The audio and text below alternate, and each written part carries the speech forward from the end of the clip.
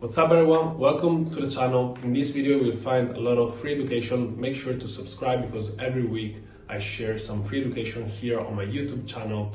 Now, as you know, I'm mainly a smart money trader. My strategies are based on smart money, but we need to talk about it for a second. Smart money has great concepts, but at the same time, as you know, 90% of traders are still losing money, and you might wonder why they're still losing money. Of course, psychology has a role in this, but also I will say that smart money by itself is not something that makes you profitable. The concepts are great, but by itself they don't make you profitable.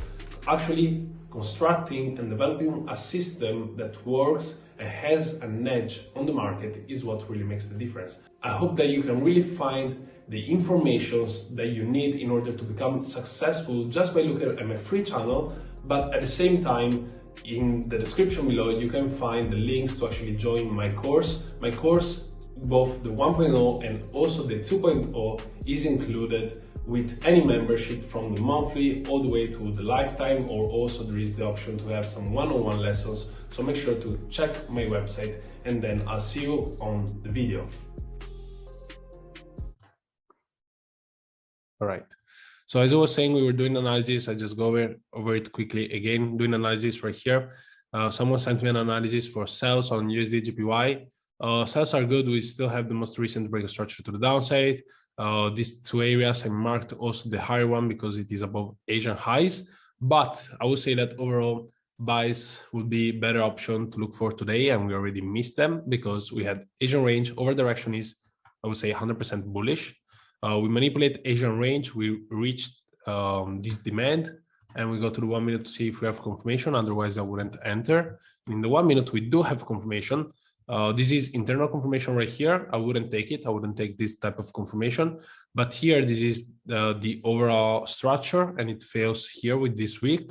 And when it fails here, we have two options: to either enter from the extreme order block or from the most recent that breaks structure that fails the zone. So we want to enter from here. The reason why it is not refined to this and it is to this is because I would take the 5 minutes order block, which is this last down candle before the up move. And honestly, I didn't take this trade, but if I would have considered it, I think I would have missed it by 0.1 pip because we literally almost touch it and then we go up. But anyway, good analysis overall, sticking to the plan, taking the trades that only meet our plan. Then we have USD CAD right here. You took this trade, it's very good. Here we fail, we come back to the downside. This could have been entry already. We go to the upside again, we come back, you use the fibs for this premium discount. We had discounted area with demand, perfect entry, very good. Stop loss below demand, very good. We had chances of coming back to this lower demand, but very good overall. This weak breaking structure is considered a breaking structure, or should we consider on body breaking structure? I personally like wicks for failing my supply and demand zones. So if a wick goes above or below a supply or demand zone, that's failing my zone, and therefore if supply fails, demand is in control, and I look for buys from demand.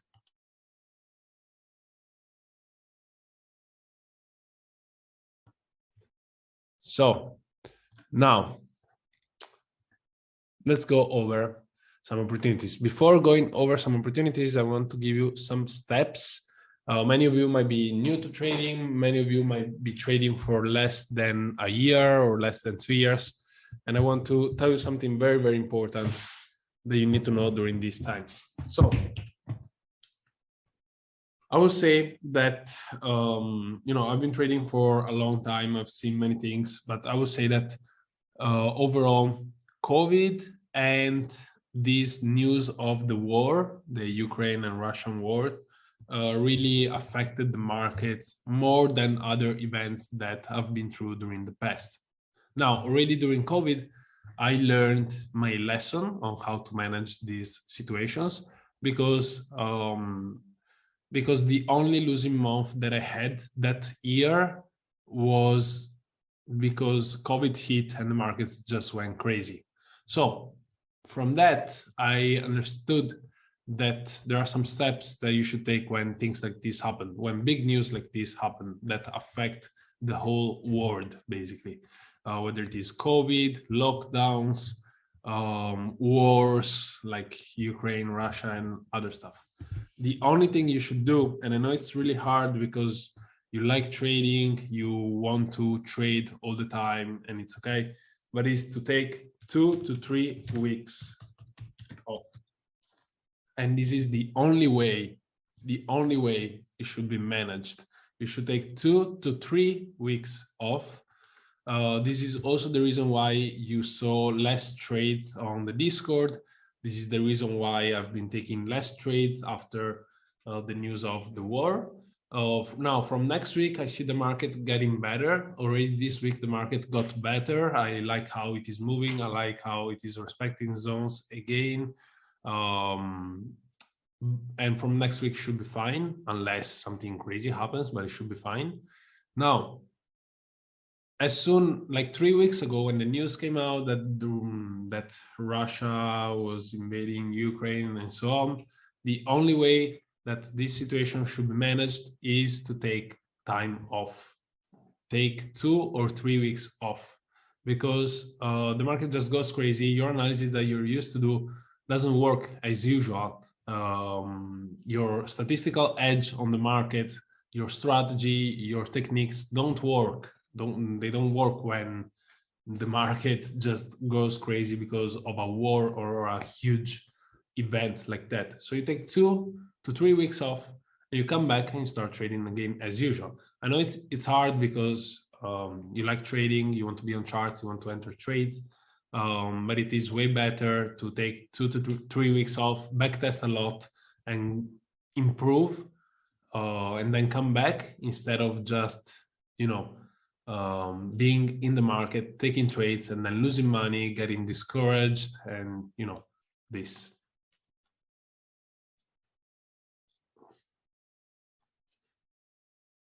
We have another chart.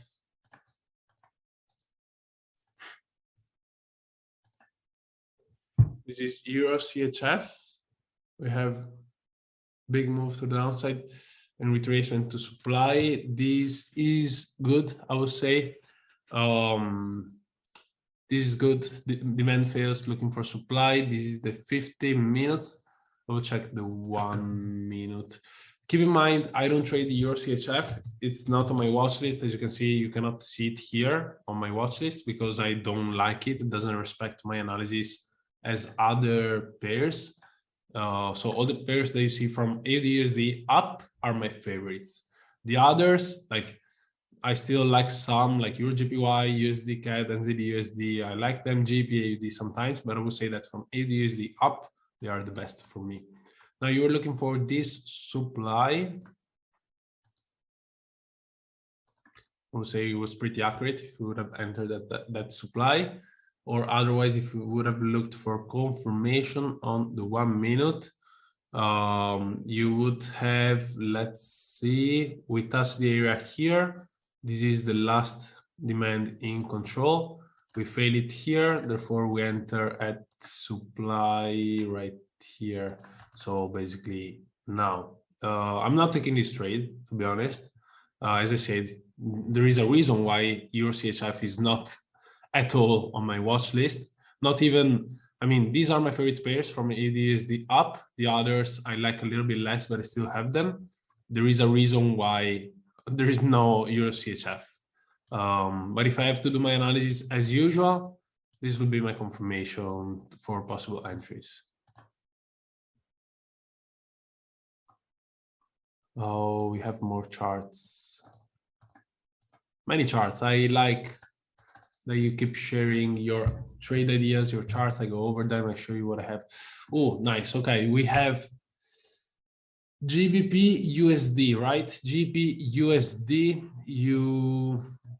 I don't really see the higher time frames analysis, but I'll check it. Once we reach the order block, you went on lower time frames. You consider this confirmation and this for entry. Now let's see. What a fuck is this? Wait. 5 minutes. Where is your trade from? 1.30, 50, 30. Oh, is it old analysis, please? So I'm not really finding the example on my chart.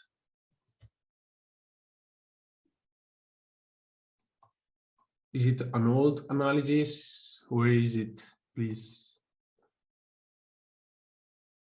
In the meantime, I keep looking at charts.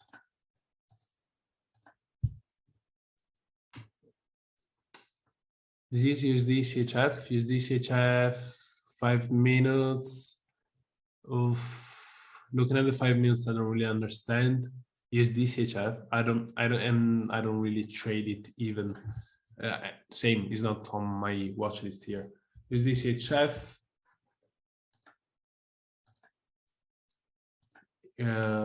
Let's see, 1 hour is very bullish.